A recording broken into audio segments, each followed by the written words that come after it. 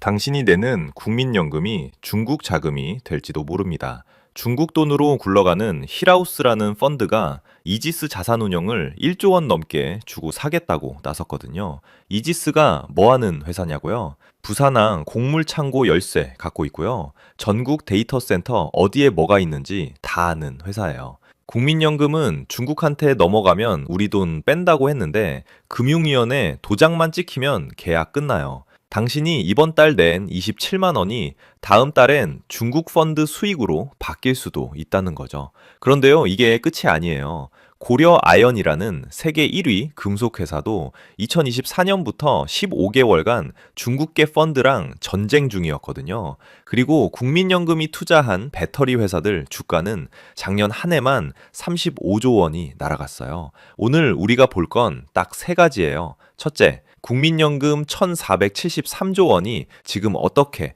중국으로 새고 있는지. 둘째, 왜 국민연금은 이걸 막지도 못하고 오히려 소송까지 당하는지. 마지막으로 당신 연금 지키려면 오늘 당장 뭘 확인해야 하는지요. 시작 전 구독과 좋아요는 사랑입니다. 2025년 국민연금 수익률이요. 사상 최고 20%를 찍었거든요. 그런데 같은 해에 국민연금이 돈 빼겠다고 선언한 회사가 있어요. 수익 나는 데서 왜 돈을 빼요? 뭔가 이상하잖아요. 그 회사가 바로 아까 말한 이지스 자산운용이에요. 부동산 펀드 운용사거든요. 국민연금이 여기 수천억 원을 넣어뒀는데요. 갑자기 중국계 펀드가 인수하면 우리 돈 뺀다고 한 거예요. 부동산 펀드는 안전한 거 아니었나요? 자료를 파봤더니 이상해요. 이지스가 투자한 곳이요. 부산항 곡물 창고, 데이터 센터 부지, 전국 ESS. ESS가 뭐냐면 전력 저장 장치예요. 아, 잠깐만요. 이거 부동산 투자가 아니라 인프라 투자잖아요. 더 파보니까요. 부산항 곡물 창고에 돈을 댔다는 게 단순히 건물 임대료 받는 게 아니었어요. 곡물이 언제, 얼마나 들어오는지, 저장 비용이 얼마인지, 계약 구조가 어떤지 이런 데이터를 전부 볼 수 있는 위치에 있더라고요. 데이터 센터도 마찬가지고요. 네이버, 카카오 서버가 어디 있고 전력 설비가 어떻게 구성됐는지 임대 계약 조건이 뭔지 다 안다고요. 비유를 하나 들어볼게요. 당신이 아파트 관리사무소 직원인데요. 갓 집 전기 사용량, 출입 시간, CCTV 위치를 다 알잖아요. 그런 거예요. 그런 회사를 중국계 펀드가 1조 1천억 원에 사겠다는 거예요. 근데 여기서 더 이상한 게 있어요. 본 입찰 때는요, 흥국생명이라는 국내 보험사가 가장 높은 가격을 제시했거든요. 그런데 갑자기 추가 호가 방식으로 룰이 바뀌었어요. 그래서 힐하우스가 1조 1천억까지 가격을 올린 거예요. 흥국생명은 화가 났죠. 원래 이런 방식 하지 않기로 했는데 룰을 바꿔서 힐하우스를 밀어준 거 아니냐면서 법적 대응까지 예고했어요. 왜 중국 돈이 한국 인프라 운용사에 이렇게 집착할까요? 힐하우스 전력을 보니까 답이 나와요. 과거 인수한 회사들에서 직원 구조 조정하고요. 순이익 대비 과도한 배당금 뽑아낸 이력이 있어요. 싱가포르, 홍콩에 본사 두고 있는데 자금 출처는 중국이에요. 이들이 원하는 건 돈이 아니라 정보예요. 생각해보세요. 만약에요, 대만 사태가 터지고 한국이 개입한다면요? 중국 입장에서 한국은 적성국이잖아요. 그때 우리가 투자한 데이터 센터 운영사를 통해서 어떤 기업이 어디에 서버를 두는지, 백업은 어디에 있는지 이런 걸 알 수 있다면요. 이제 국민연금이 왜 도망가려는지 알겠죠? 근데요, 이런 일이 이지스만 있는 게 아니에요. 2024년 9월부터 2025년 12월까지요. 무려 15개월 동안 비슷한 전쟁이 하나 더 있었어요. 고려 아연이라는 회사요. 세계 1위 금속 회사거든요. MBK 파트너스라는 사모펀드가 우리가 이 회사 사겠다면서 주당 83만 원 제시했어요. 시장가보다 25% 비쌌거든요. 국민연금은 4.51% 지분 보유하고 있었어요. 캐스팅 보트였죠. 근데 여기서 이상한 점이 또 나와요. MBK는 한국 펀드인데요. 왜 미국 의회가 경고장을 보냈을까요? 뚜껑을 열어보니까요. MBK한테 돈 된 투자자 중에 중국 투자공사가 있었어요. 국영 펀드죠. 그리고 고려아연이 만드는 인듐 안티모니는 F-35 전투기에 들어가는 소재거든요. 미국 입장에서 이거 중국 가면 안 된다는 거예요. 국민연금은 고민했겠죠. MBK 제시가로 팔면요. 83만 원이니까 수익률 올라가고 성과급도 나오겠죠? 현 경영진 지지하면요. 시장가니까 수익률 낮아지고 욕먹겠죠? 결국 국민연금은 현 경영진을 지지했어요. 그랬더니 진짜로 MBK가 주주가치 훼손했다면서 소송을 걸었어요. 패턴이 보이시나요? 이지스든 고려아연이든요. 국민연금은 똑같은 함정에 빠져요. 돈을 벌려고 하면 안보를 팔아야 하고요. 안보를 지키면 소송당하는 구조예요. 그런데요, 더 무서운 게 하나 더 있어요. 2025년 한 해요. 배터리 3사 시가총액 35조 원이 증발했거든요. LG 에너지 솔루션, 삼성 SDI, SK 이노베이션이요. 국민연금은 이 회사들 지분 5에서 7% 보유하고 있어요. 대략 2조 원 넘게 손실이에요. 왜 이렇게 됐냐면요. 중국 CATL이랑 BYD가 LFP 배터리 가격을 반값으로 내렸거든요. 한국은 고급 NCM 배터리로 승부했는데요. 미국, 유럽 자동차 회사들이 값싼 중국 배터리면 충분하다면서 계약을 끊은 거예요. 2025년 12월에 포드가 LG 에너지 솔루션과 13조 5천억 원 계약 해지했어요. 자, 이제 전체 그림이 보여요. 중국이 쓰는 방법이 세 가지예요. 첫째, 인수해서 정보 뺏기, 이지스처럼요. 둘째, 인수해서 경영권 뺏기, 고려아연처럼요. 셋째, 시장에서 밀어내서 가치를 0으로 만들기, 배터리처럼요. 세 가지 방법인데요. 목표는 하나예요. 국민연금이 투자한 곳의 가치를 무너뜨리는 거죠. 국민연금 1224조 원 중에 약 25%인 311조 원이 한국 주식에 있거든요. 이 중 상당 부분이 이 세 가지 함정에 걸려 있어요. 당신이 매달 내는 보험료는 지금요, 이 세 가지 전쟁터 중 한 곳으로 들어가고 있는 거예요. 그럼 이쯤에서 이런 생각 하실 거예요. 국민연금이 뭐 하냐고, 왜 가만히 당하고만 있냐고. 맞아요. 당연히 그런 생각 들죠. 국민연금도 바보가 아닌데요. 이 상황 뻔히 알고 있잖아요. 근데요, 국민연금한테는 치명적인 족쇄가 하나 있어요. 수탁자 책임이라는 거예요. 쉽게 말하면요, 국민연금은 여러분 돈을 맡아서 굴리는 사람이잖아요. 그래서 법적으로 무조건 수익률을 높여야 한다는 의무가 있어요.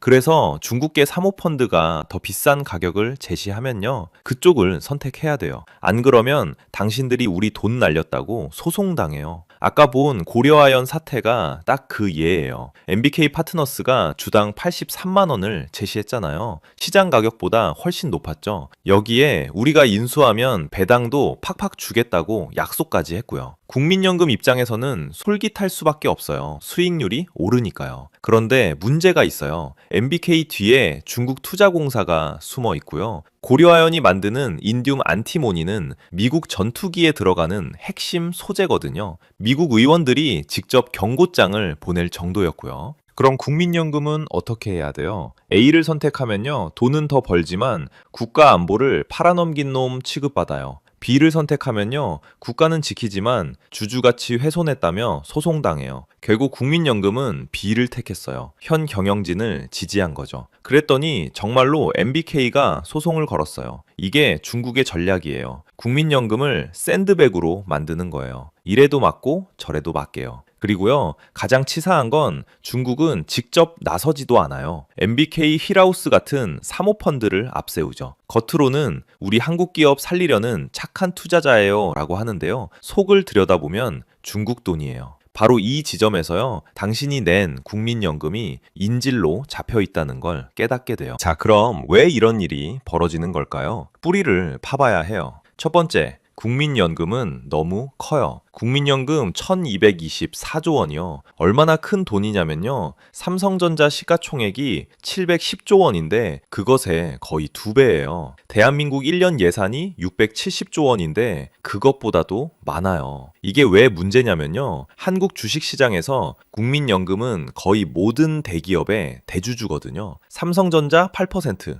LG 에너지 솔루션 7%, 현대차 9%요. 그러니까요, 이 회사들 주가가 떨어지면 국민연금 돈이 그냥 날아가는 거예요. 그런데 중국은 바로 이 회사들을 타겟으로 잡은 거죠. 두 번째, 중국의 전략이 바뀌었어요. 2015년부터 중국이 중국 제조 2025라는 계획을 세웠거든요. 한마디로 10년 안에 모든 제조업에서 1등 먹겠다는 선전포고였어요. 그리고 2025년 말, 정확히 10년이 지난 지금요, 그들은 성공했어요. 배터리 시장 점유율 68.9%, 전기차는 BYD가 테슬라를 제쳤어요. 반도체도 SMIC가 글로벌 파운드리를 제치고 세계 3위가 됐고요. 어떻게 이렇게 빨리 따라잡았냐고요? 돈이에요. 중국 정부가 엄청난 보조금을 쏟아부었거든요. 시장 가격보다 반값에 팔아도 정부가 보전해 주니까요. 한국 기업들은 시장 원리로 싸워야 하는데요. 중국은 국가가 나서서 밀어주는 거예요. 싸움이 안 되죠. 세 번째, 한국에는 방어막이 없어요. 미국에는 CFIUS라는 게 있어요. 외국인이 미국 회사를 인수하려고 하면요, 국가 안보에 위협이 되는지 심사하는 기구예요. 그래서 중국 기업들이 미국 반도체 회사를 사려고 하면요, 차단당해요. 한국은요, 그런 기구가 없어요. 외국인 투자 촉진법, 산업기술보호법, 이런 게 부분적으로 있긴 한데요. 이지스처럼 인프라에 간접적으로 관여하는 회사는 걸러낼 방법이 없어요. 실제로 고려아연 사태가 터지고 나서야 정부가 이거 문제구나 하고 법을 강화하기 시작했어요. 2025년 7월에 산업기술보호법을 개정해서 79개 기술을 국가 핵심 기술로 지정했고요. 근데요, 이미 늦었어요. 배터리 시장은 무너졌고요. 이지스는 인수 직전이거든요. 네 번째, 사모펀드라는 위장막이 있어요. 중국은 직접 나서지 않아요. MBK, 힐하우스처럼 사모펀드를 앞세우죠. 겉으로 보면요, 싱가포르, 홍콩에 본사둔 글로벌 펀드예요. 자료를 보면 여러 나라 투자자들로부터 자금을 모았다고 나와요. 근데 실제로 돈 추적해보면요, 중국 투자공사, 중국 국영은행 자금이 섞여 있어요. 이게 교묘한 게요, 법적으로는 중국 기업이 아니거든요. 싱가포르 법인이에요. 그래서 외국인 투자로 분류되는 거죠. 한국 입장에서는 막을 방법이 없어요. 싱가포르 펀드가 투자하는데 왜 막느냐고 하면 할 말이 없거든요. 마지막, 정보 유출 사고가 계속 터져요. 2025년에 쿠팡 내부 데이터 유출 사건이 있었어요. 중국인 직원이 관여했다고 알려졌거든요. 그 사건이 아직 생생한데요. 이번에는 아예 지배주주 단계에서 중국계 펀드가 들어오려고 하는 거예요. 이지스가 인수되면요, 국민연금이 어떤 자산에 얼마를 어떤 조건으로 투자하는지, 이런 투자 전략 데이터가 이지스 시스템에 다 쌓여 있거든요. 이게 중국 손에 넘어가는 거예요. 비유하자면요, 당신의 은행 계좌 비밀번호, 얼마를 어디에 투자하는지, 재산이 얼마인지, 이 모든 정보를 잠재적 적국에게 보여주는 거예요. 정리하면 이래요. 국민연금은 너무 크고, 중국은 전략을 바꿨고, 한국에는 방어막이 없고, 사모펀드로 위장하기 쉽고, 정보 유출도 막을 방법이 없어요. 이 5가지가 합쳐져서요, 지금 상황이 만들어진 거예요. 그렇다면 우리는 손 놓고 당하고만 있어야 할까요? 이제 명확히 해야 할 게 있어요. 이건 단순히 경제전쟁이 아니에요. 자유민주주의 진영과 권위주의 진영의 체제 경쟁이거든요. 첫 번째, 한미동맹 강화가 답이에요. 고려아연 사태를 다시 봐요. 결국 누가 구해줬어요? 미국이에요. 2025년 12월에 미국 정부가 고려아연과 합작 법인을 만들어서 10.25% 지분을 확보했거든요. 그것도 국방부가 직접 투자한 거예요. 왜냐고요? 고려아연이 만드는 인듐 안티모니가 F-35 전투기, 패트리어트 미사일에 들어가는 핵심 소재니까요. 미국 입장에서 이거 중국 손에 넘어가면 우리 무기 못 만든다는 거예요. 이게 중요한 이유가 뭐냐면요, 한국 혼자서는 못 막아요. 하지만 한미 동맹이라는 틀 안에서는 막을 수 있다는 거죠. 실제로 미국은 CFIUS라는 걸로 중국 자본을 차단하고 있어요. 2018년에 중국 화웨이를 미국 시장에서 퇴출시켰고요. 2022년에는 반도체 수출을 전면 통제했거든요. 한국도 이 틀 안으로 들어가야 해요. 한미일 3국 공조를 통해서 핵심 기술과 인프라를 지키는 거예요. 이미 캠프 데이비드 회담에서 이런 방향이 합의됐고요. 두 번째, 국가 안보가 수익률보다 우선이라는 원칙 확립. 국민연금의 딜레마를 기억하시죠? 수익률을 높이려면 중국 돈을 받아야 하고 안보를 지키려면 수익률을 포기해야 하는 거예요. 여기서 명확히 해야 해요. 국가 안보는 협상 대상이 아니에요. 미국 연기금들 보세요. 캘리포니아 공무원 연금 캘퍼스는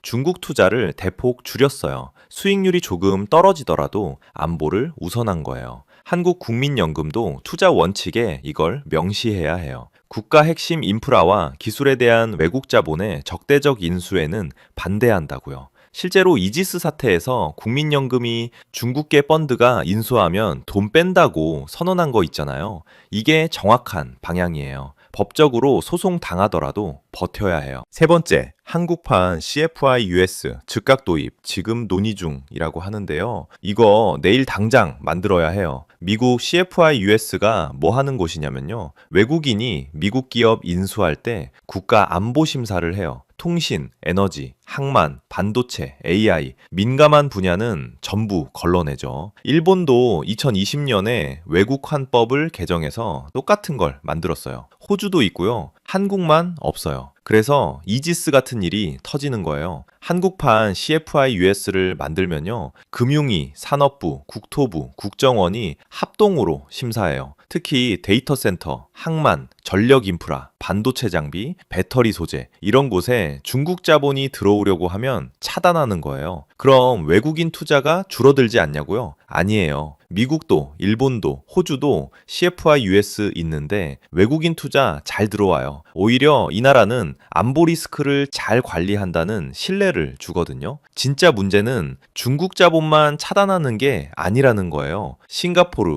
홍콩 법인이라도 실제 자금 출처가 중국이면 막아야 해요. 이게 핵심이에요. 네 번째 대응. 자유시장 경제 원칙 재확인. 아이러니한데요. 중국을 막으려면 오히려 자유시장 원칙을 더 강하게 지켜야 해요. 중국은 국가가 기업을 통제하고 보조금으로 덤핑하고 규칙을 무시하는 나라예요. 우리가 똑같이 하면 질 수밖에 없어요. 중국이 규모가 더 크니까요. 우리의 강점은 뭐예요? 자유롭고 공정한 시장이에요. 기업이 정부 눈치 안 보고 혁신하고 실패해도 다시 일어설 수 있는 시스템이에요. 그렇다면 여러분은 뭘 해야 할까요? 당신만의 생존 매뉴얼을 드릴게요. 첫 번째, 배터리 3사 시가총액 합계 지금은 125조 원이에요. 이게 100조 원 밑으로 떨어지면 빨간불이에요. 국민연금이 배터리 부문에서 심각한 손실을 보고 있다는 신호거든요. 왜 중요하냐면요. 배터리는 한국 수출의 핵심이거든요. 여기가 무너지면 국민연금 수익률도 같이 떨어져요. 임계점은 100조 원이고요. 액션은 이거예요. 뉴스에서 LG에너지솔루션 주가 또 폭락이라는 헤드라인이 보이면요. 국민연금 수익률 뉴스를 찾아보세요. 연금 받을 나이가 가까우면 개인연금이나 ISA 계좌로 분산 투자를 고려해야 해요. 두 번째, 원달러 환율. 2026년 1월 7일 기준 환율은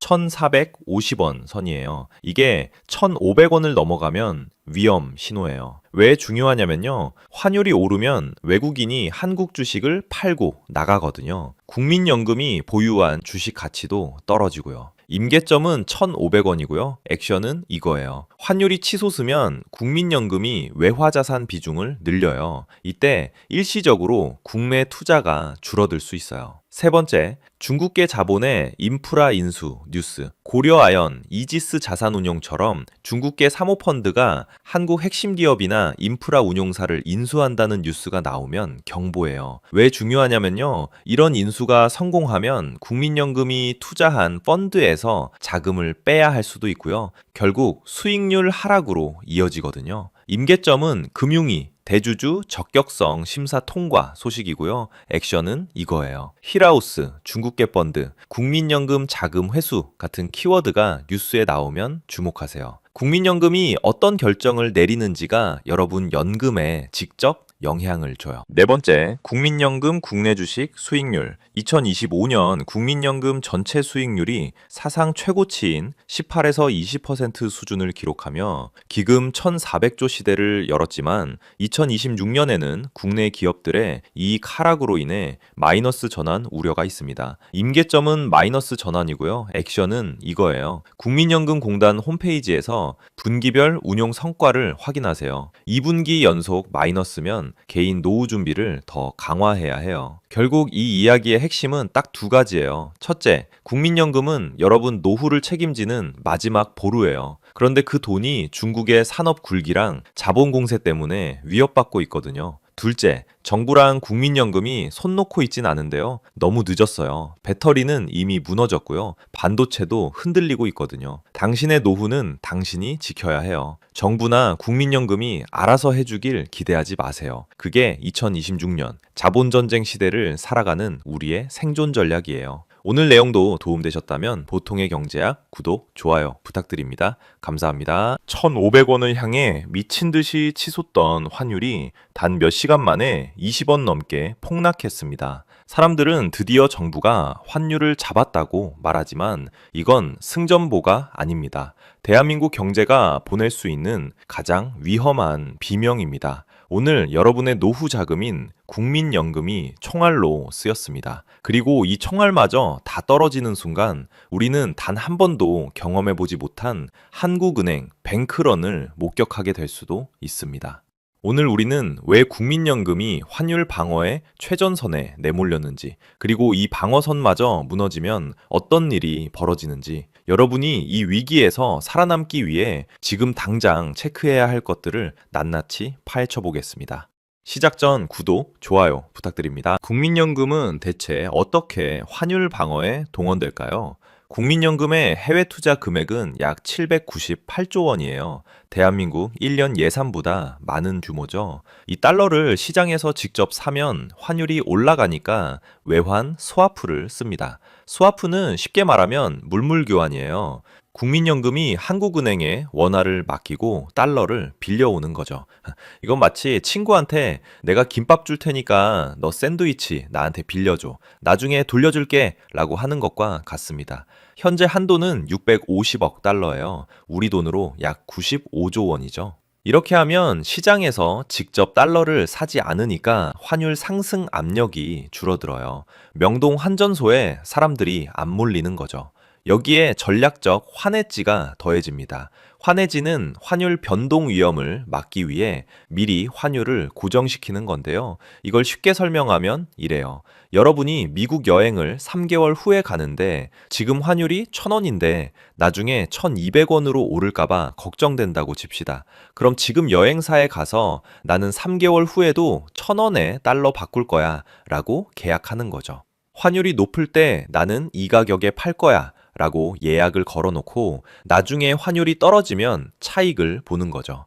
이건 마치 사과값이 비쌀 때 나는 이 가격에 팔 거야 라고 예약을 걸어놓고 나중에 사과값이 떨어지면 나는 비쌀 때 가격으로 팔았으니까 이득이네 라고 하는 것과 같아요. 동시에 시장에 달러를 매도하는 효과가 생겨서 환율을 떨어뜨립니다. 실제로 12월 국민연금이 환해지를 시작한 것으로 추정되고 그 결과 12월 24일 오전에는 원달러 환율이 1,460원까지 20원이 급락했습니다. 거의 한 달 만에 가장 낮은 수준이었어요. 하지만 국민연금의 전략적 환해지는 해외 자산의 최대 10%, 약 79조 원까지만 가능해요. 이게 많아 보이지만 시장의 구조적인 달러 수요에 비하면 턱없이 부족해요. 이건 대형 산불이 났는데 소화기 몇 개로 끄려는 것과 같습니다. 더 심각한 건 시장이 이미 패턴을 다 알고 있다는 거예요. 국민연금은 환율이 1,470원에서 1,480원 사이에 도달하면 환해지를 시작한다고요. 작년 말 올해 초에도 같은 패턴이 반복됐거든요. 그럼 투기 세력들은 어떻게 할까요? 이건 마치 포커 게임에서 상대방이 나는 카드가 이렇게 나오면 무조건 올인해 라고 미리 말해주는 것과 같아요. 투기 세력들은 환율을 그 수준까지 밀어 올린 다음 국민연금이 환해지를 시작하면 같이 달러를 팔아서 차익을 챙깁니다. 국민연금의 개입 효과가 사전에 소진되는 거죠. 이창용 한국은행 총재도 최근 이렇게 말했습니다. 국민연금의 해외 투자 룰이 너무 투명하게 알려져 있다. 환해지 개시 및 중단 시점을 시장 참여자들이 너무 잘 알고 있다. 이건 마치 축구 경기에서 우리 팀 작전을 상대방한테 미리 알려주고 경기하는 것과 같아요. 이길 수가 없죠. 만약 국민연금 방어선이 뚫린다면 정확히 어떤 일이 벌어질까요? 첫 번째, 환율 1,500원을 돌파합니다. 이렇게 되는 순간 국민연금의 79조 원 물량이 바닥나요. 소화기의 물이 다 떨어진 거죠. 더 이상 환율 방어 수단이 없어진 겁니다. 이 소식이 블룸버그, 로이터 같은 글로벌 금융 뉴스를 통해 전 세계로 퍼집니다. 블룸버그와 로이터는 쉽게 말해서 전 세계 투자자들이 보는 경제 신문이에요. 한국 최후의 환율 방어선 붕괴 같은 헤드라인이 뜹니다. 그 순간 환율은 1,500원을 돌파합니다. 이건 마치 댐에 금이 가더니 결국 무너지는 순간과 같아요. 두 번째로는 외국인 패닉셀이 발생합니다. 외국인 투자자들이 공포에 빠져요. 한국 정부가 환율을 포기했다고 판단하죠. 이건 마치 배에 구멍이 난 걸 발견한 승객들이 구명보트를 찾기 시작하는 것과 같아요. 그들은 한국 주식을 팔기 시작합니다. 삼성전자, SK하이닉스, 현대차 같은 대형주부터 매도 물량이 쏟아져요. 이건 마치 아파트 단지에 불길한 소문이 돌면 집주인들이 앞다투어 집을 내놓는 것과 같습니다. 주식을 팔아서 받은 원화를 즉시 달러로 바꿉니다. 외환시장에 달러 매수 주문이 폭주하는 거죠. 명동 환전소에 사람들이 줄을 서서 달러 주세요 라고 아우성치는 모습을 상상하시면 됩니다. 하루에 수십억 달러씩 빠져나가는 거예요. 수십억 달러면 우리 돈으로 몇 조 원입니다. 세 번째는 한국은행의 최후 선택을 합니다. 이제 한국은행은 선택의 기로에 섭니다.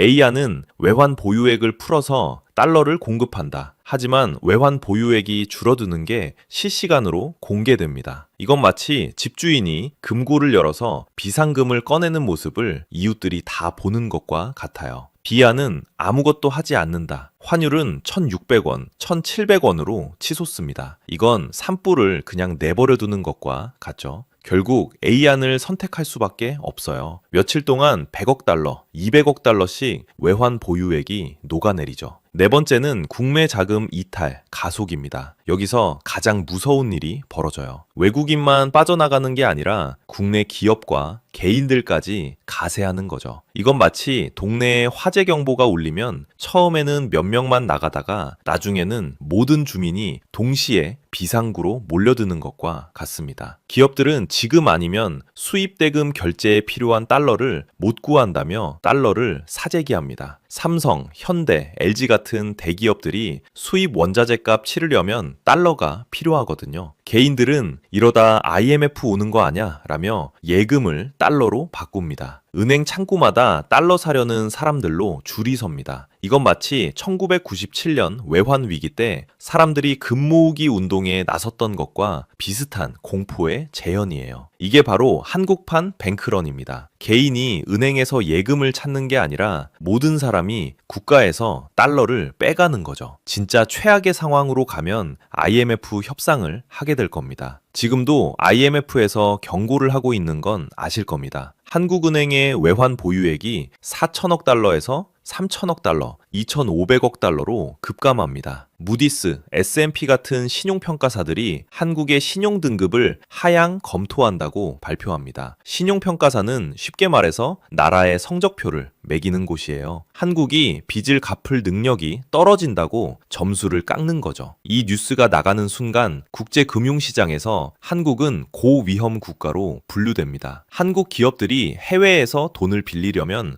훨씬 높은 금리를 내야 하는 상황이 돼요. 이건 신용등급이 낮은 사람이 대출받을 때 이자를 더 많이 내야 하는 것과 같은 원리죠. 결국 정부는 국제통화기금 IMF에 손을 벌립니다. IMF는 쉽게 말해서 나라가 돈이 없을 때 빌려주는 국제은행이에요. 대신 엄청나게 까다로운 조건을 요구하죠. 1997년 외환 위기의 악몽이 다시 시작되는 겁니다. 그때 우리 부모님 세대가 금 모으기 운동을 하고 많은 회사들이 문을 닫고 실업자가 거리에 넘쳤던 그 비극이요. 그렇다면 여러분은 지금 당장 무엇을 해야 할까요? 5가지를 항시 확인하셔야 합니다. 첫 번째, 원달러 환율입니다. 지금도 계속 보시고 계시겠지만 이게 가장 정확한 지표입니다. 1,490원을 넘으면 경계 단계, 1,500원을 넘으면 비상 단계입니다. 마치 체온이 38도를 넘으면 주의하고 39도를 넘으면 위험한 것처럼요. 두 번째는 외환 보유액입니다. 한국은행이 실탄을 얼마나 쏘고 있는지 보여줘요. 이건 마치 군대의 탄약이 얼마나 남았는지를 보는 것과 같아요. 한 달에 100억 달러 이상 감소하면 비정상적인 속도죠.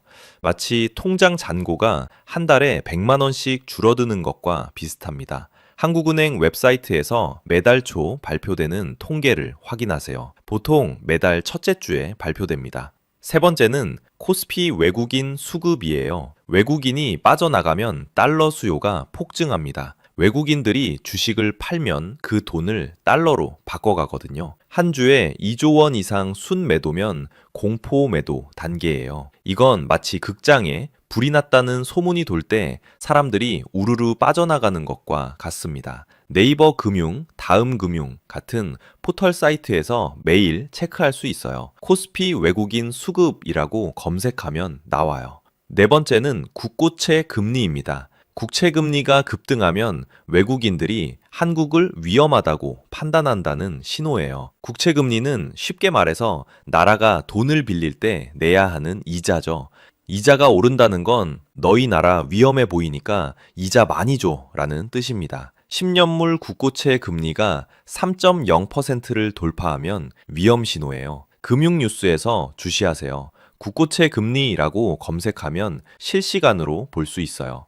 다섯 번째는 신용 등급입니다. 무디스, S&P, 피치 같은 곳에서 한국 신용 등급을 하향 조정하면 자금 이탈이 가속화됩니다. 이건 마치 학교에서 성적표를 받았는데 점수가 떨어진 것과 같아요. 부정적 전망 발표나 등급 하향 검토 같은 뉴스가 나오면 심각하게 받아들여야 합니다. 신용평가사 웹사이트나 주요 경제 언론을 통해 모니터링하세요. 한국 신용등급이라고 검색하면 최신 뉴스가 나와요. 지금 대한민국은 국민연금이라는 마지막 방어선에 모든 걸 걸고 있어요. 그런데 이 방어선은 79조 원이라는 한계가 있고 시장은 이미 패턴을 다 알고 있죠. 이건 마치 축구 경기에서 우리 팀이 쓸 수 있는 선수가 벤치에 한두 명밖에 안 남았고 상대팀은 그걸 다 알고 있는 상황과 같습니다.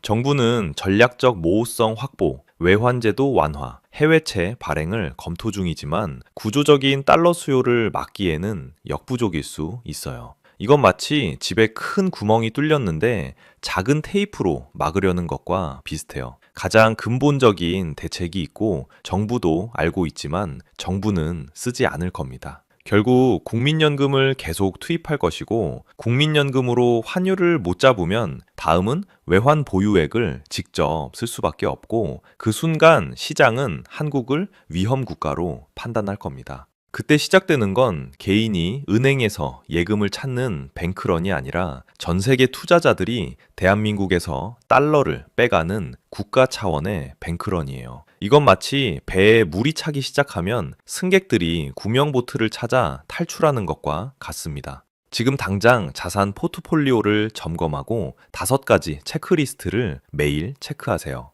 이건 마치 운전할 때 계기판을 보는 것과 같아요. 연료가 떨어지는지, 엔진에 문제가 있는지 미리 알아야 사고를 막을 수 있잖아요. 한국 경제가 이 위기를 넘길 수 있을지는 앞으로 몇 달이 결정하지만 여러분 개인의 재무 안전은 오늘, 바로 지금 여러분의 선택에 달려 있습니다. 오늘 영상이 도움되셨다면 보통의 경제학 구독과 좋아요 부탁드려요. 그리고 댓글로 여러분의 생각도 나눠주세요. 감사합니다. 한국은행이 국민연금과 외환 스와프 650억 달러를 2026년까지 연장했습니다. 쉽게 말하면 여러분들이 받을 국민연금 95조 원을 환율을 잡는데 쓰겠다는 겁니다. 1인당 수백만 원, 4인 가족 기준 수천만 원이 앞으로 받을 연금에서 날아갈 수 있습니다. 지금 환율이 1,480원입니다. 20원만 더 오르면 1,500원 됩니다. 자, 오늘 우리는 환율이 1,500원이 되면 국민연금에 어떤 일이 생기는지, 외환 스와프 650억 달러가 정확히 무슨 뜻인지, 여러분의 연금 통장에서 얼마나 빠져나가는 건지와 함께 여러분들은 어떻게 해야 하는지 매뉴얼을 알려드리겠습니다. 영상 보시기 전 구독, 좋아요 부탁드립니다. 먼저 지금 상황을 정확히 파악해 봅시다. 2025년 12월 현재 언론이 보도하는 내용은 이렇습니다.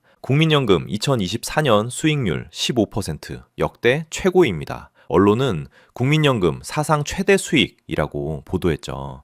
표면적으로 보면 아주 좋아 보입니다. 여러분의 노후 자금이 잘 불어나고 있는 것처럼 보이거든요. 정부도 이렇게 말합니다. 외환 보유액 4,156억 달러로 세계 9위 순대외 채권국이니 걱정할 필요 없다. 여기서 순대외 채권국이란 다른 나라에 빌려준 돈이 빌린 돈보다 많다는 뜻입니다. 빚쟁이가 아니라 채권자라는 거죠. 그런데 이상한 점이 있습니다. 만약 모든 게 안정적이라면 왜 이틀 전 정부는 국민연금 외환 스와프를 또 연장했을까요? 일회성 조치였다면 이미 끝났어야 하는데 3년째 계속하고 있습니다. 한번 상상해 보세요. 여러분이 연봉 5천만 원을 받는 직장인입니다. 은행 통장에 1억 원이 있습니다. 그런데 친구가 전세금 2억 원 빌려줘 라고 합니다. 여러분은 이렇게 말하죠. 나 1억밖에 없어. 하지만 퇴직연금 통장에 1억이 더 있으니까 그거 빌려줄게. 어차피 나중에 쓸 돈이니까.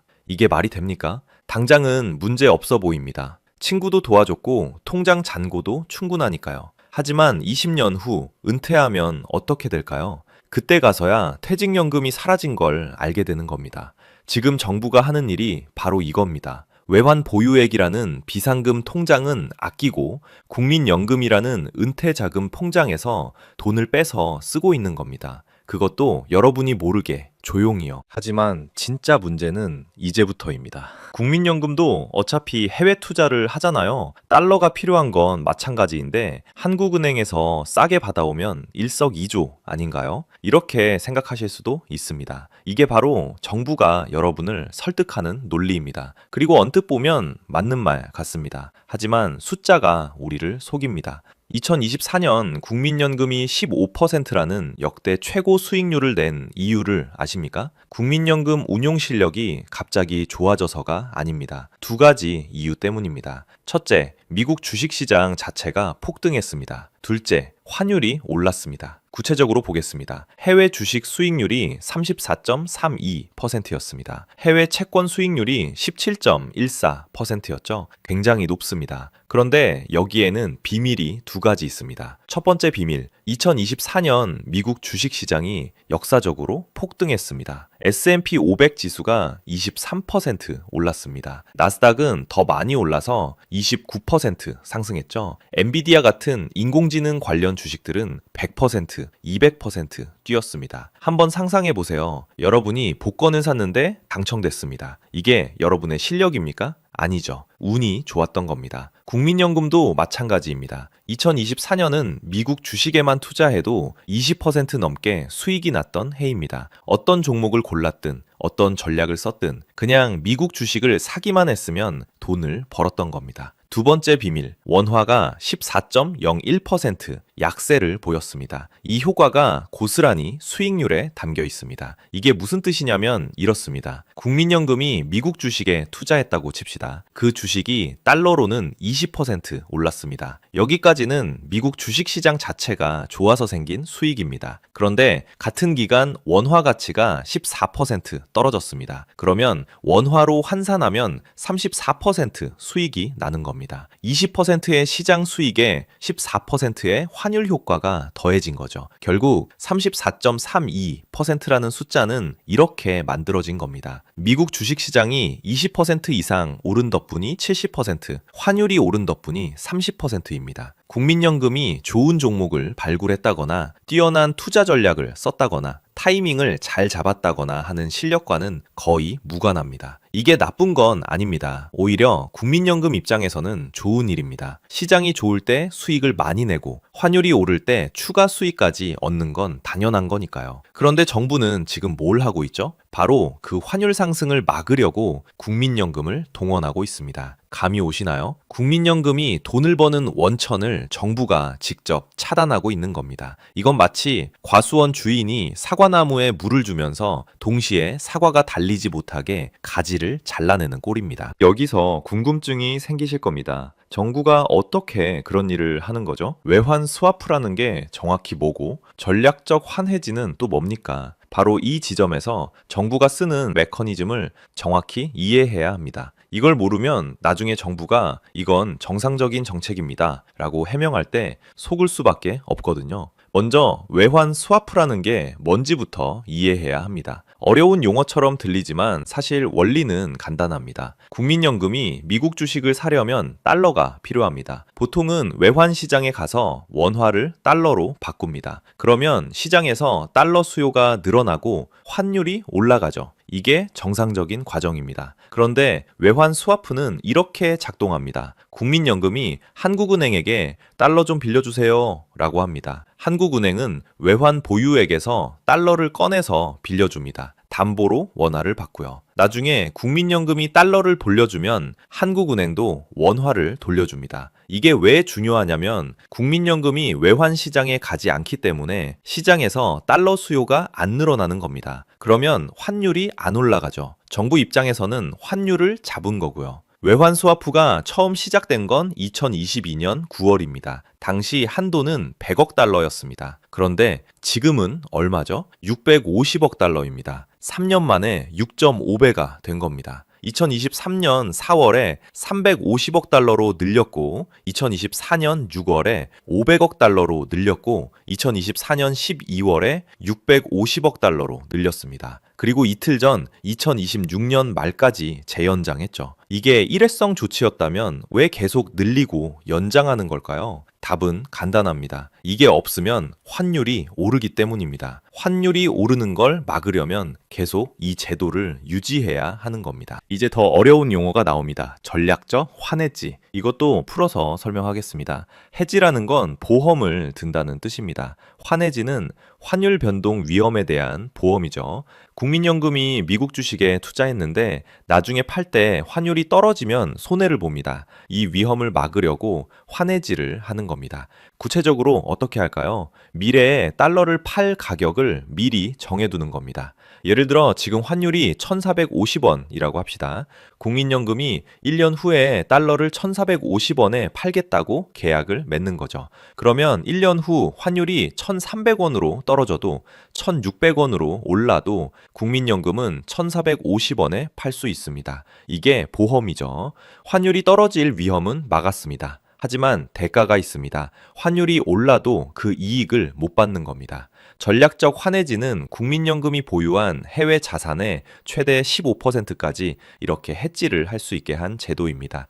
국민연금 해외 자산이 약 4,855억 달러니까 15%면 약 590억 달러입니다. 우리 돈으로 86조 원이죠.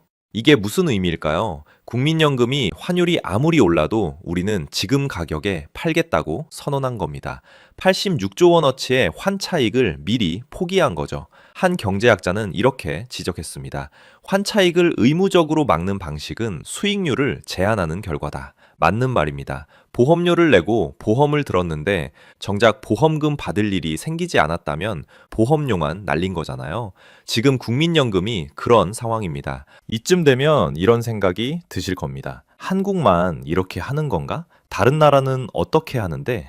좋은 질문입니다. 실제로 우리보다 먼저 연기금을 만들어서 성공한 나라들이 있습니다. 노르웨이와 일본인데요. 세계 최대 국부 펀드인 노르웨이 GPFG는 1.9조 달러를 운용합니다. 우리 국민연금보다 거의 3배나 큽니다. 노르웨이 인구는 540만 명밖에 안 되는데 말이죠. 노르웨이 정부는 단 한 번도 이 펀드를 환율 방어에 동원한 적이 없습니다. 왜 그럴까요? 노르웨이의 원칙은 아주 단순합니다. 연기금의 목적은 미래 세대를 위한 자산 축적이다. 단기 경제 정책의 도구가 아니다. 구체적으로 어떻게 할까요? 재정 준칙이라는 게 있습니다. 정부는 펀드 수익의 3%만 1년에 쓸 수 있습니다. 나머지 97%는 절대 건드리지 않습니다. 전쟁이 나도 경제 위기가 와도 환율이 폭등해도 않습니다. 이게 가능한 이유는 노르웨이 국민들이 이 원칙에 동의하기 때문입니다. 우리 세대가 쓰지 말고 우리 자녀 세대에게 물려주자. 이게 노르웨이의 사회적 합의입니다. 우리는 어떤가요? 국민연금법 제1조를 보면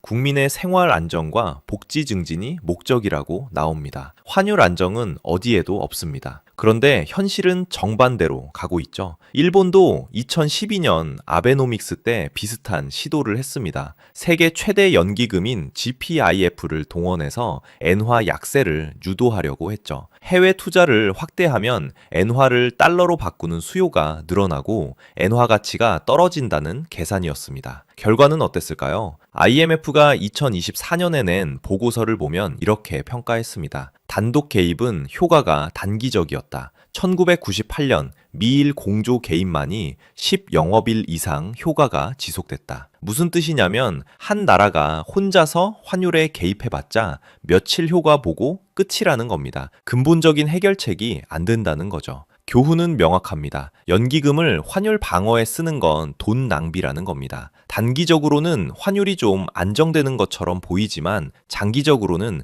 연기금 수익률만 깎아먹고 끝납니다. 노르웨이와 일본의 사례에서 우리가 배워야 할 점은 세 가지입니다. 첫째, 연기금은 장기 투자 기관입니다. 단기 경제정책 도구로 쓰면 안 됩니다. 연기금은 30년, 50년, 100년을 보고 움직여야 합니다. 내년 환율이 얼마가 될지를 걱정하면 안 되는 거죠. 둘째, 정부의 역할과 연기금의 역할은 분리되어야 합니다. 환율 방어는 한국은행이 할 일입니다. 외환 보유액이 있으니까요. 국민연금이 할 일이 아닙니다. 셋째, 사회적 합의가 필요합니다. 노르웨이처럼 우리 세대는 조금 손해보더라도 미래 세대를 위해 연기금을 지킨다는 합의가 있어야 합니다. 지금처럼 정부가 몰래 쓰고 국민들은 나중에 받을 연금이 줄어든 걸 알게 되는 방식으로는 안 됩니다. 지금부터 여러분이 받을 연금이 실제로 얼마나 줄어들 수 있는지 계산해 보겠습니다. 환해지를 최대 15%, 86조 원 규모로 한다고 가정합시다. 환율이 1,450원에서 1,470원으로 20원만 올라도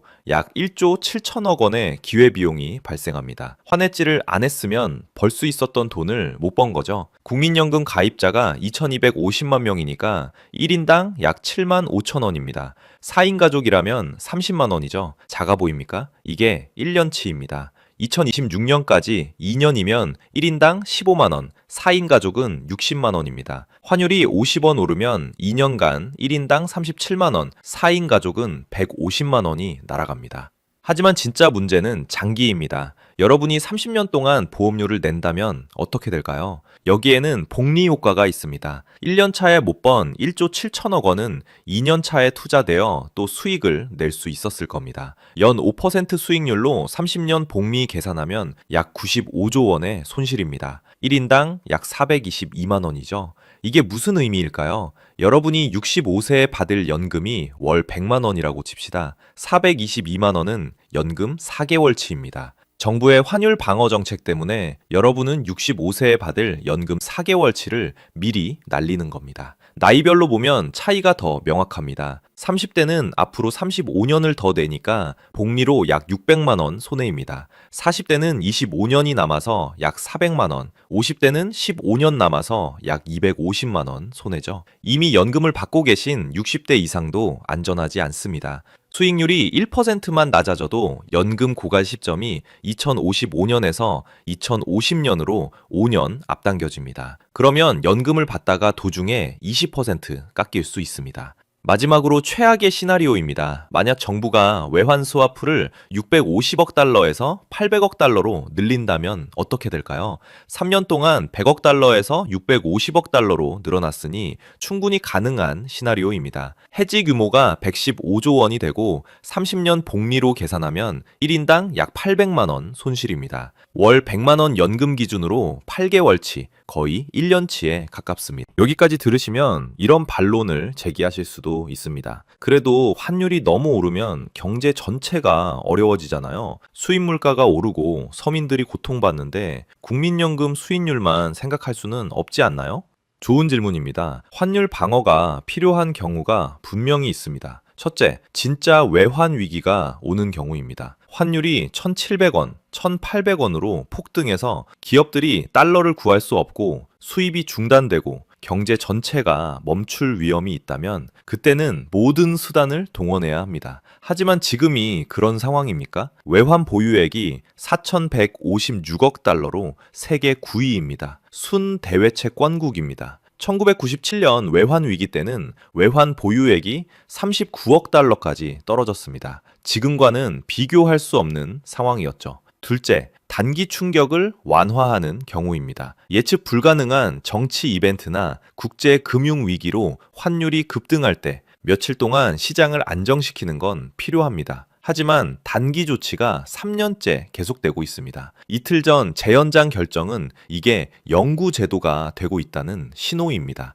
이건 단기 조치가 아니라 구조적인 문제가 된 겁니다. 셋째, 다른 수단이 전혀 없는 경우입니다. 금리 인상도 해봤고 재정 긴축도 해봤고 구조개혁도 해봤는데 안 된다면 최후의 수단으로 국민연금을 쓸 수 있습니다. 하지만 정부는 다른 걸 해봤나요? 기준금리는 2.5%로 동결하고 있습니다. 재정 지출은 계속 늘고 있습니다. 구조개혁은 논의조차 안 하고 있습니다. 가장 쉬운 방법인 국민연금부터 동원한 겁니다. 결론은 이겁니다. 환율 방어 자체가 나쁜 게 아닙니다. 하지만 국민연금을 환율 방어에 쓰는 건 마지막 수단이어야 합니다. 지금처럼 첫 번째 수단으로 쓰는 건 문제가 있습니다. 자, 이제 가장 중요한 부분입니다. 이 모든 위기 속에서 여러분은 어떻게 준비해야 할까요? 가장 먼저 현실을 직시하세요. 국민연금만으로는 노후가 불가능합니다. 현재 소득 대체율 40%인데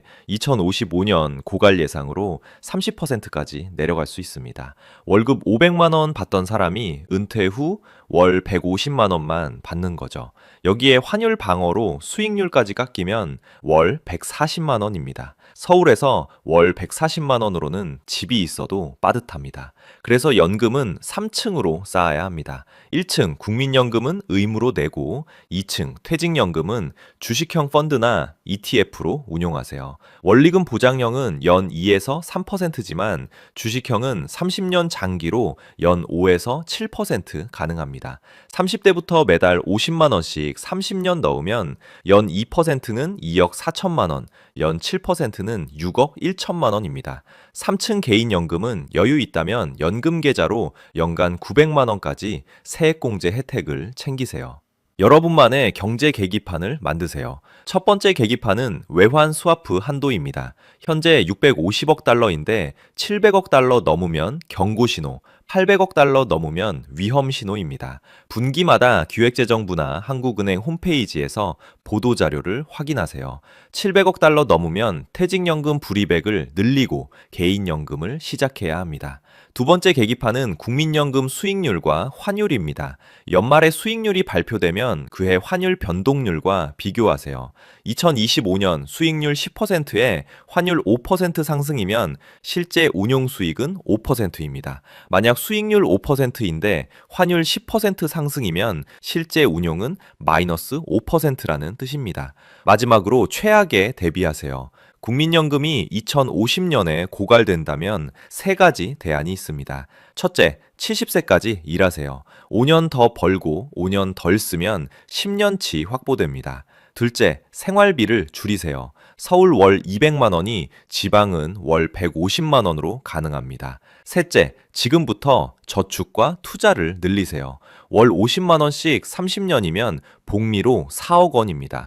자, 이제 정리하겠습니다. 2025년 12월 15일 정부는 선택했습니다. 여러분의 노후 자금으로 환율을 잡겠다고. 그리고 2026년까지 계속하겠다고. 그 대가는 20년, 30년 후에 나타날 겁니다. 받을 수 있었던 연금이 줄어드는 방식으로요. 1인당 수백만 원씩, 가구당 수천만 원씩 말이죠. 오늘부터 시작하세요. 분기마다 외환 스와프 한도를 확인하세요. 연말마다 국민연금 수익률과 환율을 비교하세요. 퇴직연금 계좌를 열고 매달 자동이체를 설정하세요. 개인연금을 시작하세요. 정부는 여러분의 노후를 책임지지 않습니다. 여러분 스스로 준비해야 합니다. 위기는 조용히 옵니다. 하지만 경고는 충분히 있었습니다. 3년 동안 외환 스와프가 6.5배로 늘어났습니다. 이게 경고입니다. 그 경고를 읽을 수 있는 사람만이 살아남습니다. 여러분은 이제 그 경고를 읽을 수 있습니다. 지금 당장 행동하세요. 오늘 영상이 도움되셨다면 보통의 경제학 구독, 좋아요 부탁드립니다. 감사합니다.